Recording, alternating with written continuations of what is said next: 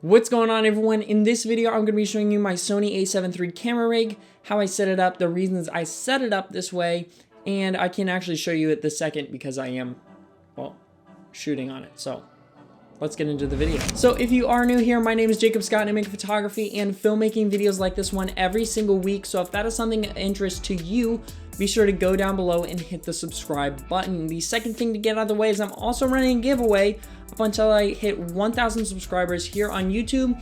So if you want to get entered into that, I will be giving away a $100 Adorama gift card. All you have to do is hit the subscribe button and go check out the first link in the description to get entered. But that's pretty much it for that. Let's get into the actual video.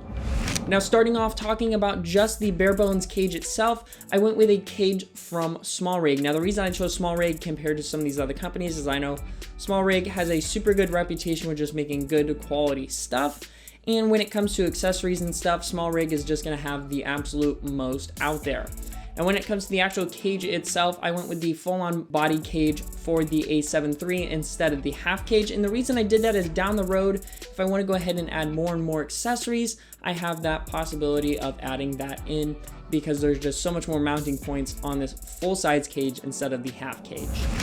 Now, the first accessory that I picked up for this cage was a top handle. Now, I pretty much knew from the very beginning that I was going to want a top handle with this cage. It's just a lot easier to do low angle shots, or just when it comes to just carrying the camera around, it's a lot nicer to use it that way.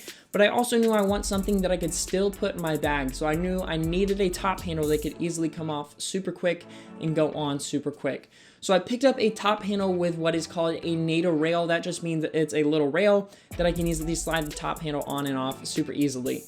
Now, I also have one more accessory mounted onto the actual top handle itself, and it is a ARRI monitor mount. So I didn't want to use the actual mount that came with the monitor because that just stood super tall and kind of made the whole rig a little bit top heavy and just kind of awkward. Whereas this monitor mount itself helps keep it low profile and actually makes the balance of the whole rig itself a lot better. One more thing it does is it's actually tension based, so pretty much no matter where I move the monitor, I know it's not going to start dipping down or moving anywhere I want it. I can just move it exactly where I want it, and I know it's going to stay put right there.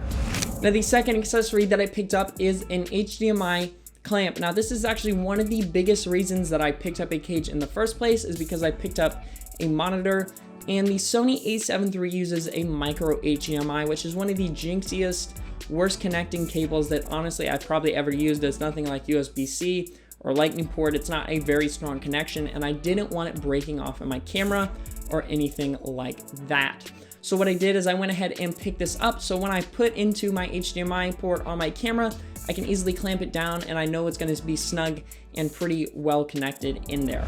And finally, the last thing is just some extra hot shoe or cold shoe mounts that I put right onto the cage. The reason I picked these up is because a ton of different accessories you mount using hot shoe, cold shoe, but specifically I wanted to mount one close to the audio jack so I could plug in my Rode Video Micro and have it sit right there. So pretty much the cage is just the monitor, the camera itself, and the Rode Video Micro or any other mic that I want to go ahead and throw on in the future. And the cool thing about these SmallRig cages is even if you don't have an a7 III, you can pretty much rig your camera up exactly the same, whether you have like a Blackmagic or, you know, whatever camera, because the NATO rail works on a ton of different SmallRig cages, and you can also get clamps for a ton of different SmallRig cages.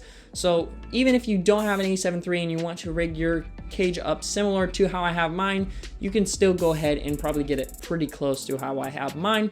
But that is pretty much it for this video. I know my cage wasn't super crazy like some of these other cages that I've seen out there, but it is just what I'm using for right now. If you did enjoy this video, be sure to go down below and hit the like button and also the subscribe button. It really, really does help. Also, I already mentioned the giveaway at the beginning of this video, so be sure to go check that out. But that's pretty much it for this one. I'll see you later.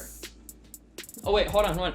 Actually, too, if you like how this set thing here, I don't honestly know how the audio is going to turn out. I shot here one other time, but if you like how this looks, let me know in the comments below by hitting the comments and the like button and not hitting the dislike button, or hit the dislike button. Who cares? See you later.